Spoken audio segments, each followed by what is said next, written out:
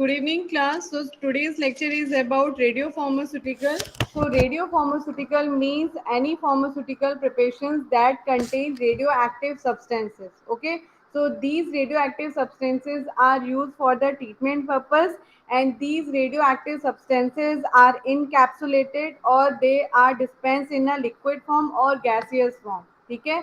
तो मेनली जो radio active substance हैं उनको यूज़ किया जाता है ट्रीटमेंट पर्पस के लिए. एंड जितने भी फार्मास्यूटिकल प्रिपरेशंस हैं जिसमें रेडियो एक्टिव सब्सटेंस को यूज़ किया जाता है they are called as radio pharmaceuticals. Okay. So radioactive substances, these are the element, they are unstable nature. Okay, so due to unstable nature they undergoes decomposition with the emission of radiations or rays. Okay, so there are three type of radiations that are emitted by these radioactive substances. First is alpha rays, second is beta rays, and third is gamma rays. Okay. So there are two type of radionuclides. First is natural and second is artificial. Natural nucleotides that are present naturally or when it strike on the material or and in the atmosphere surface, they produce radiations. Okay. Artificial radionuclide means these are the radionuclides that are present, that are manufactured in the nuclear reactor, and they are prepared by converting the stable nuclei into unstable form. Okay. So this is the main or basic difference between the natural and artificial. Next, there are some units that are used for the radioactive substances. For example, Curie, Roentgen, RAD, REM, exposure rate constant, and RBE. Okay, so these are the units that are used for the radioactive substances. Next, start with the emitting radiation. The first one is the alpha radiation or alpha rays. Alpha rays having a low penetration power. Due to low penetration power, they are not used in the biological applications. Okay, so alpha radiations are the positively charged species and that having a mass of 4 AMU.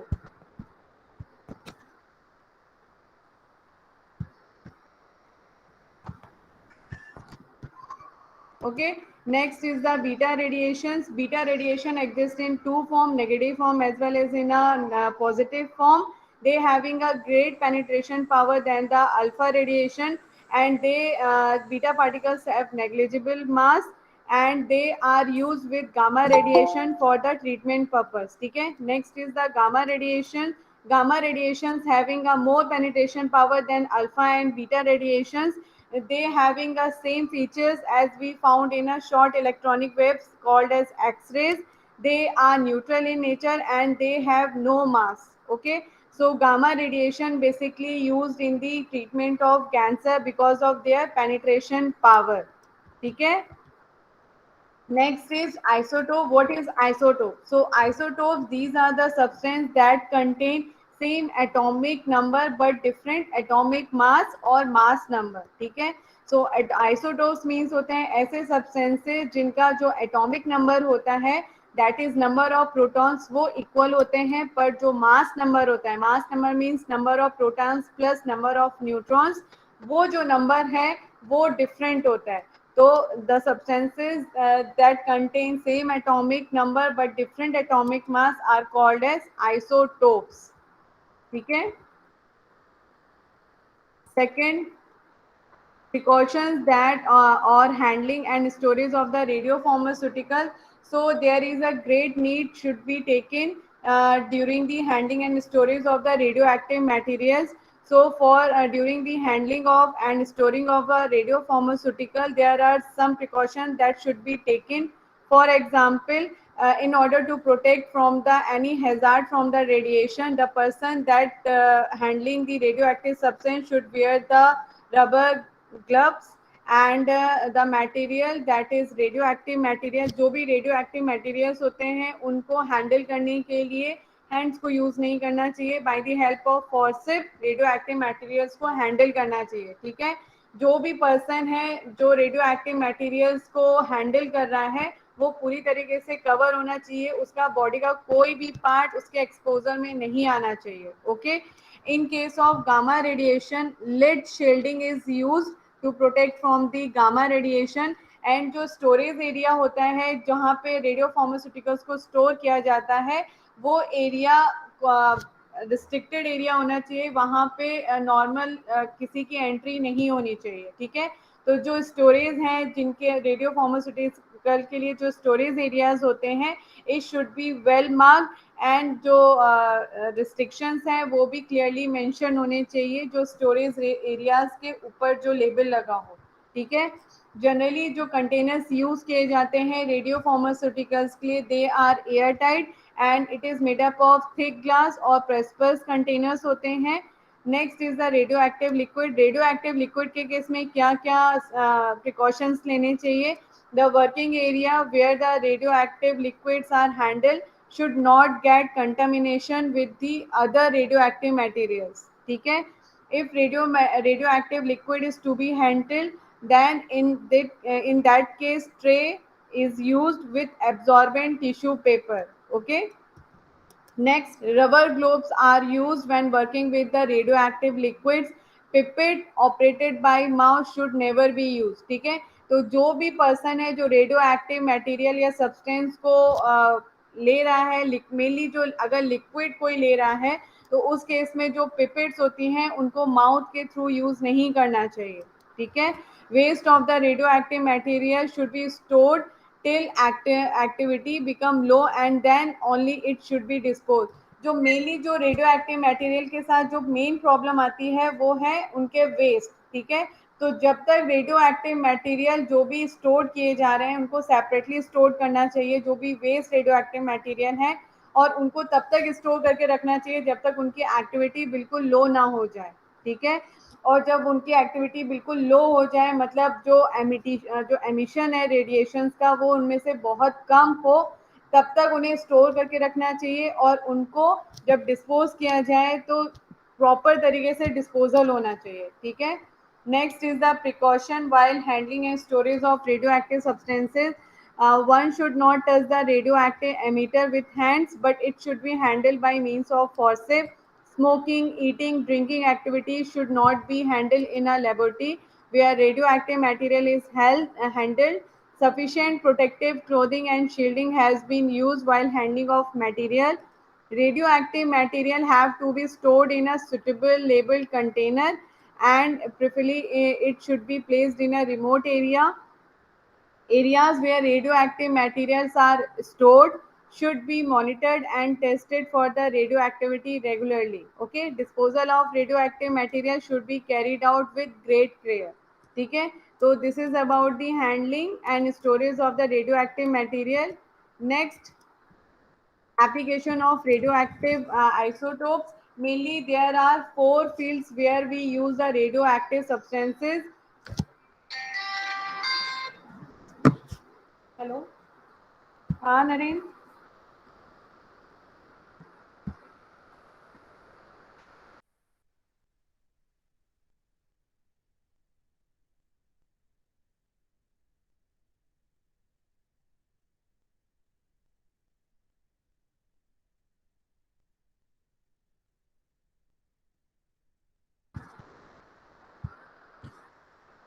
Next, application of radioisotopes. So radioisotopes are used in therapy. Radioisotopes are used for diagnosis purpose, for research purpose, and for sterilization purpose. Radioisotopes are used. Okay.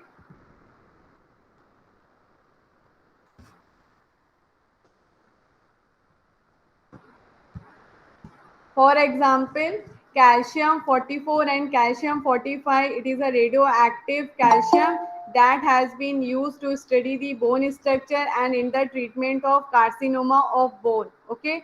Strontium 19 is used in the radiotherapy of superficial carcinomas. Cyanoglobulin is 57 is used in the diagnosis of pregnancy anemia. ठीक है. Calcium 47 having a half life of 4.7 days and it is used in the calcium absorption studies. Okay. Cobalt 60 solution USP is used for the steady absorption and decomposition of vitamin B12 in the normal individual. Okay. Gold 198 in solution form is used in the estimation of reticular endothelial activity. Iron 59 is used in research studies and it is used about utilization and absorption of iron salt. Okay. So there are some examples. These are some examples of the radioactive substances. So next is the most important topic in the radiopharmaceutical, that is measurement of radioactivity. ठीक है. इस पूरे chapter में जो सबसे important part है जिससे generally questions पूछे जाते हैं वो है रेडियो एक्टिविटी मेजरमेंट. ठीक है. तो किसी भी अल्फा बीटा गामा रेडिएशंस की एक्टिविटी, रेडियो एक्टिविटी को कैलकुलेट करने के लिए कुछ डिवाइसेस को यूज़ किया जाता है, वो हमें यहाँ पे स्टडी करनी है. ठीक है. तो यहाँ पे बेसिकली क्या है, to measure the alpha radiations, beta radiations and gamma particle, many techniques involve detection and counting of individual particle or photons are used. हाँ बेटा. मैम कोई बच्चे ज्वाइन नहीं हो पा रहा मैम, किस ज्वाइन कर लीजिए सबको. बेटा मेरे पास जो भी शो कर रहा है मैंने सबको ज्वाइन कर लिया है. I think may be network problem हो सकता है, लेकिन जो भी मेरे इस पे शो हो रहे हैं मैं सबको ज्वाइन कर रही हूँ.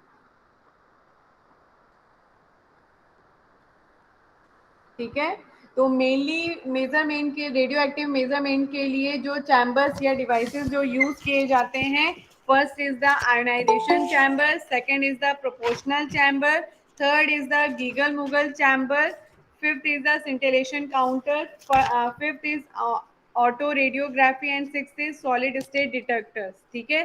सो these are the devices that are use for the measurement of radio activity. ठीक है.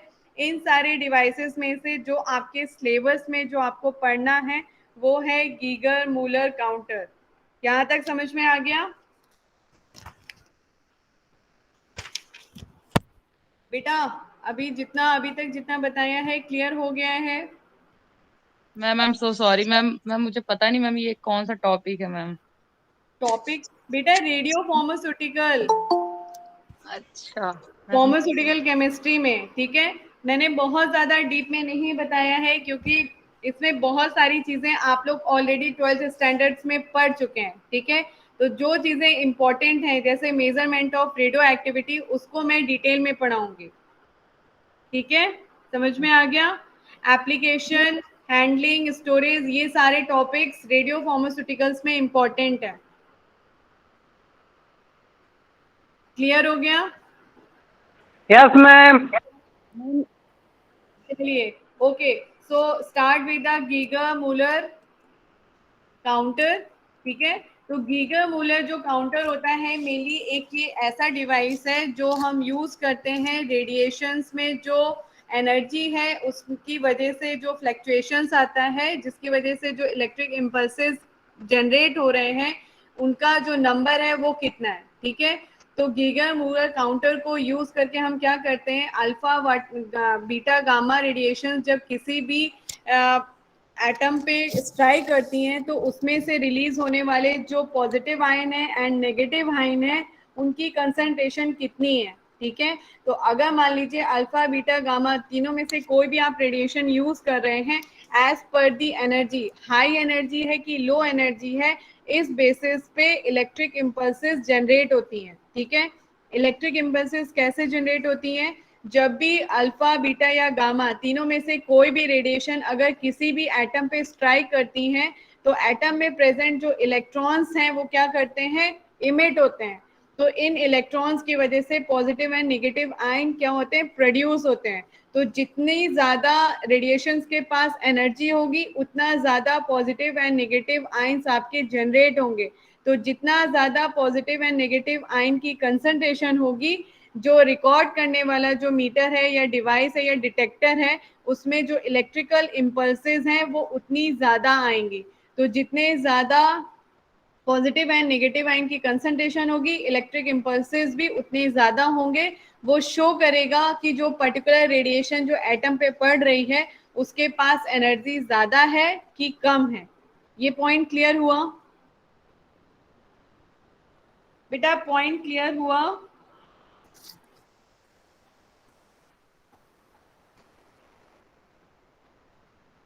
मैम दोनों की कंसंट्रेशन पे डिपेंड होगा। दोनों की कंसंट्रेशन पे, एक पॉजिटिव आयन है एक नेगेटिव आयन है। अगर आप लोग कई बैटरी देखेंगे पॉजिटिव, उसमें पॉजिटिव भी होता है नेगेटिव भी होता है। जब दोनों इलेक्ट्रोड्स पे आप वायर को लगाते हो तभी उसमें से करंट जनरेट होती है, ठीक है। तो अगर दोनों की कंसंट्रेशन ही डिसाइड करेगी कि जो इलेक्ट्रिक इम्पल्सेस जनरेट हो रहा है उसका अमाउंट क्या है, तो उसे काउंट करने के लिए गीगर मूलर काउंटर को यूज किया जाता है। ठीक, समझ में आया? फर्स्ट पॉइंट समझ में आया? Yes ma'am. चलिए, अगर इसका स्ट्रक्चर आप लोग देखोगे, आप लोग के पास सबके पास बुक्स हैं, फार्मास्यूटिकल केमिस्ट्री की बुक है, उसमें खोल लीजिए। रेडियो फार्मास्यूटिकल में जो गीगर मूलर काउंटर है उस पेज को एक बार ओपन कर लीजिए।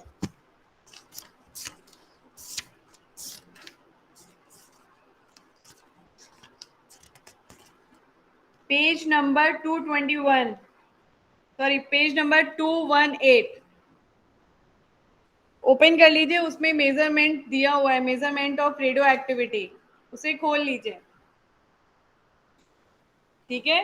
तो अगर आप इसका कंस्ट्रक्शन देखोगे तो जो जीएम काउंटर है, इट पजेज अ सिलेंड्रिकल कैथोड।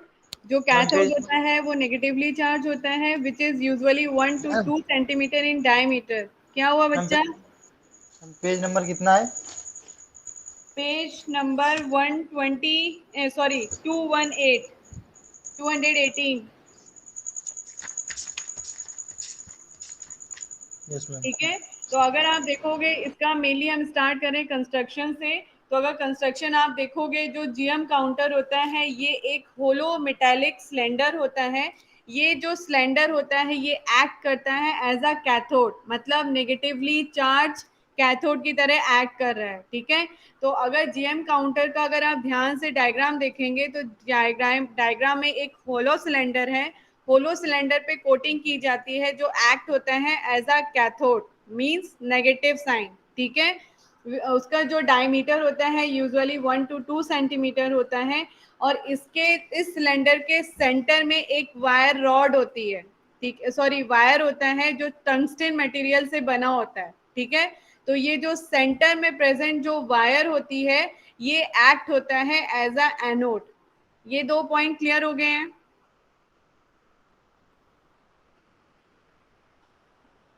बेटा क्लियर हुआ? जो जीएम काउंटर है ये बेसिकली एक हॉलो सिलेंडर है। हॉलो सिलेंडर की जो आउटर वॉल होती है, ठीक है, हॉलो सिलेंडर का जो स्ट्रेट पार्ट होता है वो कैथोड की तरह काम करता है। उस सिलेंडर के बीच में सेंटर में, एकदम सेंटर में एक टंगस्टन वायर होती है जो एक्ट होता है एज अ एनोड, मतलब प्लस साइन, ठीक है। इस सिलेंडर के बीच में मेनली जो ये सिलेंडर है, ये जो मेटालिक सिलेंडर है, it is filled with a 90% argon gas और नोबल गैस विद 10% एथेनॉल। तो यहाँ पे जो सिलेंडर है उसे फिल किया जाता है नोबल गैस से। नोबल गैस क्यों की जाती है? क्योंकि वो इनर्ट नेचर की होती है। तो जनरली जीएम काउंटर में जो सिलेंडर में जो गैस फिल की जाती है जनरली वो हीलियम या आर्गन होती है, ठीक है। तो 90% आर्गन या हीलियम को यूज किया जाता है, उसे सिलेंडर में फिल किया जाता है, और प्लस उसके साथ 10% एथेनॉल को भी ऐड किया जाता है, ठीक है। तो यहाँ पे जो एथेनॉल ऐड की जा रही है they act as a quenching vapours, ठीक है, वो क्विंचिंग वेपर्स की तरह एक्ट करती हैं। आगे हम इसके बारे में बताएंगे कि क्विंचिंग वेपर्स क्या होती हैं, ठीक है। तो इनिशियल जो स्टेप्स बताए हैं वो क्लियर हो गए हैं? बेटा जो कंस्ट्रक्शन बताया है क्लियर हुआ थोड़ा? एक सिलेंडर है जो कैथोड की तरह वर्क कर रहा है, उसके सेंटर में एक टंगस्टन का वायर है जो एनोड की तरह काम कर रहा है, और उस सिलेंडर को फिल किया गया है with a mixture of argon and ethanol, ठीक है। देखिए यहाँ पे लिखा हुआ है the space is filled with a special gas mixture which get readily ionized together with a small proportion of quenching vapors, ठीक है। तो जो यहाँ पे 10% एथेनॉल को यूज किया जा रहा है they act as a quenching vapours, ठीक है। तो मेनली हम स्टार्ट करते हैं इनकी फंक्शनिंग से या वर्किंग से। This metallic cylinder is connected to the negative side of the battery, ठीक है, and having a high voltage. ये जो सिलेंडर होता है इसको जो मेटालिक सिलेंडर है, मतलब जो कैथोड वाला जो पॉइंट है उसे कनेक्ट किया जाता है बैटरी के नेगेटिव साइड से, ठीक है। वहीं पे जो एनोड वाला जो पॉइंट होता है उसे ऐड किया जाता है positive side of the battery से। इसमें शो नहीं कर रहा है बेटा, इसमें शो नहीं कर रहा है। आप लोगों में अगर बुक में अगर आप ध्यान से देखोगे तो बुक में दिया हुआ है, दिख रहा है बुक में?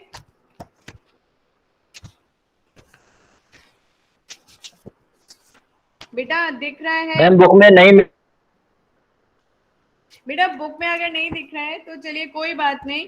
इतना याद रखिए कि जो मेटालिक सिलेंडर है, ठीक है, मेटालिक सिलेंडर में आपका एक एनोड, जैसे आप लोग ने इलेक्ट्रोलिसिस देखा है, इलेक्ट्रोलिसिस में कैथोड और एनोड दोनों होते हैं, ठीक है, और कैथोड और एनोड के बीच में एक बैटरी लगी होती है। तो जो कैथोड होता है वो क्या होता है, नेगेटिव चार्ज, उसे कनेक्ट किया जाता है। ये आप लोगों ने नहीं देखा है, इलेक्ट्रोलिसिस देखी है बेटा?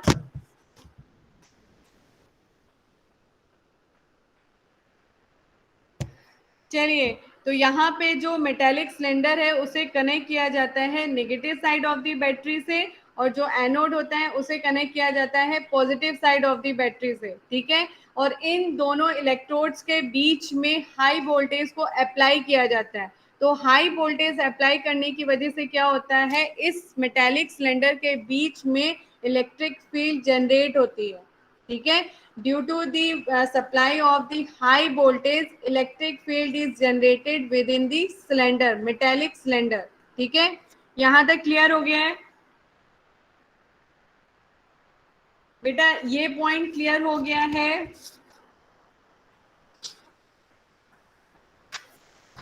ओके, सो क्या होता है, वर्किंग हम स्टार्ट कर रहे हैं गीगर मूवर काउंटर की। इसमें क्या होता है, जो मेटालिक सिलेंडर है इसमें हमने फिल किया है आर्गन की गैस को विथ क्विंचिंग वेपर्स, ठीक है।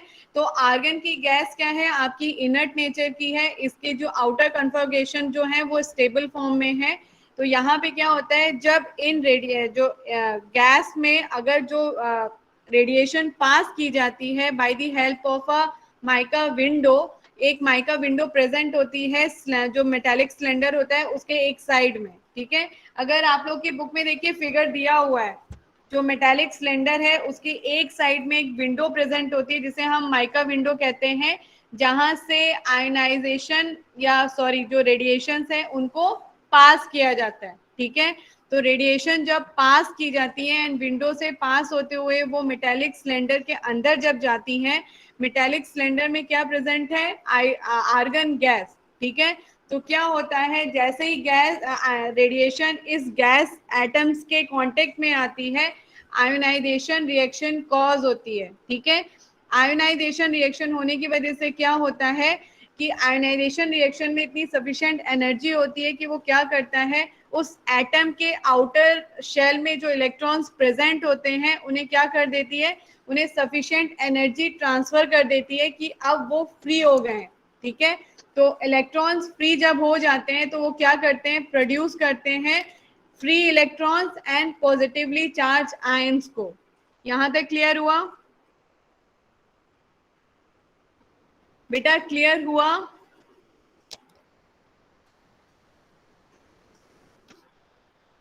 आवाज आ रही है सबको?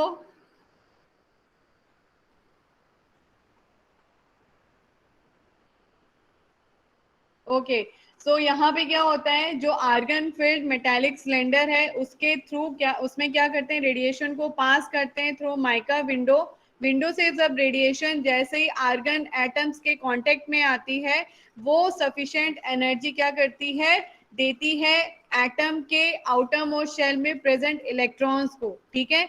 तो जैसे ही आउटर मोस्ट शेल में प्रेजेंट जो इलेक्ट्रॉन्स होते हैं उन्हें जैसे ही वो एनर्जी मिलती है, ये एनर्जी जो इलेक्ट्रॉन्स को मिल गई है, इसकी वजह से क्या होता है, जो इलेक्ट्रॉन्स है वो फ्री इलेक्ट्रॉन्स प्रोड्यूस करते हैं, इसके अलावा पॉजिटिवली चार्ज आयंस को भी प्रोड्यूस करते हैं, ठीक है। तो क्या हो रहा है, मेटालिक सिलेंडर के अंदर आर्गन एटम का आयोनाइजेशन होने की वजह से दो टाइप की स्पीशीज फॉर्म हो रही है, एक है फ्री इलेक्ट्रॉन्स जो नेगेटिवली चार्ज है और दूसरा है पॉजिटिवली चार्ज स्पीशीज, ठीक है। तो ये जब आयोनाइजेशन हो जाता है तो ये जो positively and negatively charge species होते हैं ये टूवर्ड्स अपने कैथोड और एनोड की तरफ भागने लगते हैं, ठीक है। तो जो आपके पॉजिटिवली चार्ज स्पीशीज होते हैं वो कैथोड की तरफ भागते हैं, जो इलेक्ट्रॉन्स होते हैं, जो फ्री इलेक्ट्रॉन्स होते हैं वो ट्रेवल करते हैं टूवर्ड्स दी एनोड की तरफ, ठीक है। तो अब क्या होता है, due to the presence of high electric field, जो हाई इलेक्ट्रिक फील्ड होने की वजह से क्या होता है, जो पॉजिटिवली स्पीशीज होते हैं एंड जो फ्री इलेक्ट्रॉन्स होते हैं उनकी वेलोसिटी में बहुत ज्यादा इंक्रीमेंट हो जाता है, ठीक है। तो उनकी वेलोसिटी बढ़ने की वजह से क्या होता है, जो भी आयनाइजेशन से प्रोड्यूस जो भी नेगेटिवली चार्ज फ्री इलेक्ट्रॉन्स हैं and positively charge positive ions हैं वो हाई स्पीड से कैथोड और एनोड की तरफ मूव करते हैं, ठीक है। तो मूव करने के ड्यूरेशन में क्या होता है, जो फ्री इलेक्ट्रॉन्स होते हैं उनके पास ऑलरेडी सफिशिएंट एनर्जी होती है, तो क्या करते हैं जैसे जैसे वो एनोड की तरफ भागना शुरू करते हैं तो क्या होता है, वो भागते समय क्या होता है, जो आर्गन के और जो बाकी के गैस मॉलिक्यूल्स हैं उनके साथ इंटरेक्ट करते हैं। तो उनके साथ इंटरेक्शन होने की वजह से जो फ्री इलेक्ट्रॉन्स हैं और जो अदर गैस मॉलिक्यूल्स हैं उनके बीच में अब क्या हो जाता है, कोलिजन हो जाता है, जिसकी वजह से और ज्यादा आयनाइजेशन रिएक्शन होती है और free electrons and positively charge ions form होते हैं। ये पॉइंट क्लियर हुआ? Yes ma'am. ठीक है, समझ में आया?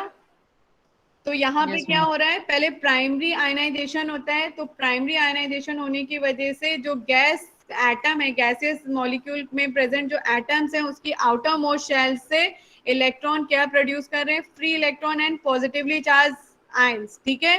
पॉजिटिव, ये सारी जो जितनी भी प्रोसेस हो रही है ये मेटालिक सिलेंडर के अंदर हो रही है, उसी मेटालिक सिलेंडर में गैस के अदर मॉलिक्यूल्स भी प्रेजेंट है, ठीक है। तो जिन मॉलिक्यूल का आयनाइजेशन नहीं हुआ होगा वो क्या होगा, जब respective negatively charge free electrons and positively ions अगर ट्रैवल करते समय अपनी कैथोड और एनोड पे जब जा रहे होंगे, इसी बीच में क्या होगा, जो फ्री इलेक्ट्रॉन्स हैं उनके पास सफिशिएंट एनर्जी होने की वजह से ये दोबारा से अनदर गैस मॉलिक्यूल्स के साथ स्ट्राइक करेंगे एंड अगेन क्या करेंगे, फ्री इलेक्ट्रॉन्स प्रोड्यूस करेंगे and positively charge ions produce करेंगे।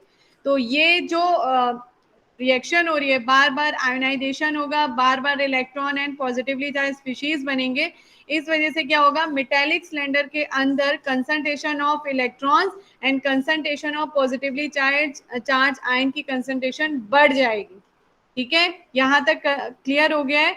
तो ये जो प्राइमरी आयोनाइजेशन के बाद जो secondary and tertiary free ionization हो रहा है, जिसकी वजह से आपके सेकेंडरी, टर्शरी या quaternary free electrons and positively charge species form हो रहे हैं, तो इसे हम कहते हैं avalanche effect. Avalanche effect means अगर किसी रिएक्शन में बहुत ज्यादा क्या हो गया है, इंक्रीमेंट हो गया है किसी चीज के प्रोडक्शन में, ठीक है।